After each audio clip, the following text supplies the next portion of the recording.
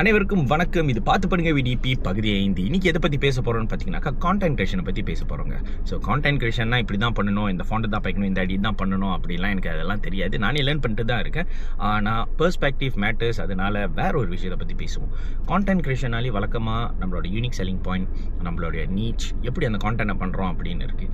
ஆனால் ஒவ்வொரு கான்டென்ட்டுமே என்னோட ஒப்பீனியனில் ஒரு ரிப்பல் இஃபெக்டாக தான் இருக்கணுமே தவிர்த்து, இந்த லைக்ஸ், ஷேர், சேவ்ஸ் இதை தவிர்த்து ஒரு ரிப்பல் இஃபெக்ட், ஒரு கல்லை தூக்கி தண்ணியில் போட்டோம்னாக்கா எப்படி அந்த ரிப்பல் இஃபெக்ட் வருதோ அந்த மாதிரியான ரிப்பல் இஃபெக்ட் மட்டும் தான் பண்ணணும், கிளிக்ஸ்க்கு பண்ணக்கூடாது. ஏன் அப்படின்னு சொன்னோம்னாக்கா, நம்ம பண்ணுற கான்டென்ட் ஏதோ ஒரு வகையில் யாரையோ புண்படுத்துமா? we have to be real with ourselves and ask, நம்ம இந்த கான்டென்ட் பண்ணுறோம், இது ஒருத்தவங்களை அப்லீஃப்ட் பண்ணுதா இல்லை ஒருத்தவங்களை டேமேஜ் பண்ணுதா?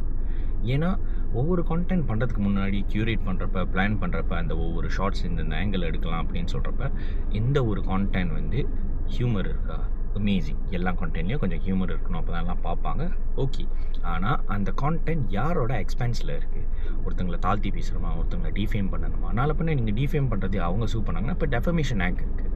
ஸோ பின்னாடி உங்களுக்கு தான் பிரச்சனை. அதை தவிர்த்து someone is gonna feel it இல்லையா? ஸோ ஒரு கான்டென்ட் நம்ம பண்ணுறப்ப, இப்போ எனக்கே உதாரணத்துக்கு இந்த பார்த்து பண்ணுங்கள் சீரீஸ் நான் தொடர்ந்து பண்ணிகிட்டு இருந்தேன். அப்புறம் இப்போ கேப் விட்டு பண்ணுறேன். இதுவே ஃபாலோ பண்ணுறவங்க, நான் உன் மெசேஜஸ்லாம் ப்ளூடிக் பண்ணுறேன், நான் நீ ப்ராட்காஸ்ட் அனுப்புறப்ப நான் பார்க்குறேன், ஆனால் நான் சொல்லலை, பட் இதை நான் தொடர்ந்து பார்த்துக்கிட்டு இருக்கேன், ஏன் நீ விட்டுட்ட, தொடர்ந்து எவ்ரிடே பண்ணு. அப்போ நம்ம கான்டென்ட் நம்மளுக்கு தெரிஞ்சவங்க, ரொம்ப நாள் நம்மகிட்ட பேசாதவங்க, நம்மளை சுற்றி இருக்கிறவங்க, அவங்க ரிலேட்டபிளாக இருந்துச்சா, இங்கே பாரு என் ஃப்ரெண்ட் இந்த கான்டென்ட் பண்ணியிருக்கான், maybe it's gonna be relatable to you அப்படிங்கிறது நம்ம கான்டென்ட்ஸ் ஷேர் பண்ணுவாங்க. So we have to understand life is bigger than you and me. அதனால் ஒவ்வொரு கான்டென்ட், ஒவ்வொரு ஸ்டேட்டஸ், ஒவ்வொரு இன்ஸ்டாகிராம் நோட், ஒவ்வொரு ட்ராட், ஒவ்வொரு ட்வீட் எதோ போடுறதா இருந்தாலும் it's reflecting us directly. And நம்மளோட வேல்யூஸ் என்னங்கிறத, நான் யார், என் வேல்யூ என்ன, எதுக்காக இதை நான் பண்ணுறேன் அப்படிங்கிற எல்லா விஷயத்தையும் உங்களோட இந்த 2-3 நிமிஷம் ஒரு வீடியோ காமிச்சோம்.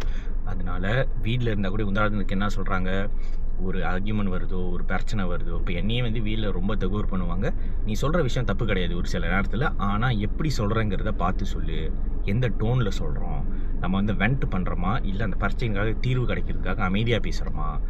Composer is important, clarity is important. Keep it simple. நல்லதுக்காக கான்டென்ட் பண்ணுவோம், நல்லதே நடப்போம், நல்லதே நினைப்போம், எல்லாரும் வளருவோம், எல்லாரும் ஜெயிப்போம். பார்த்து பண்ணுங்கள். நன்றி.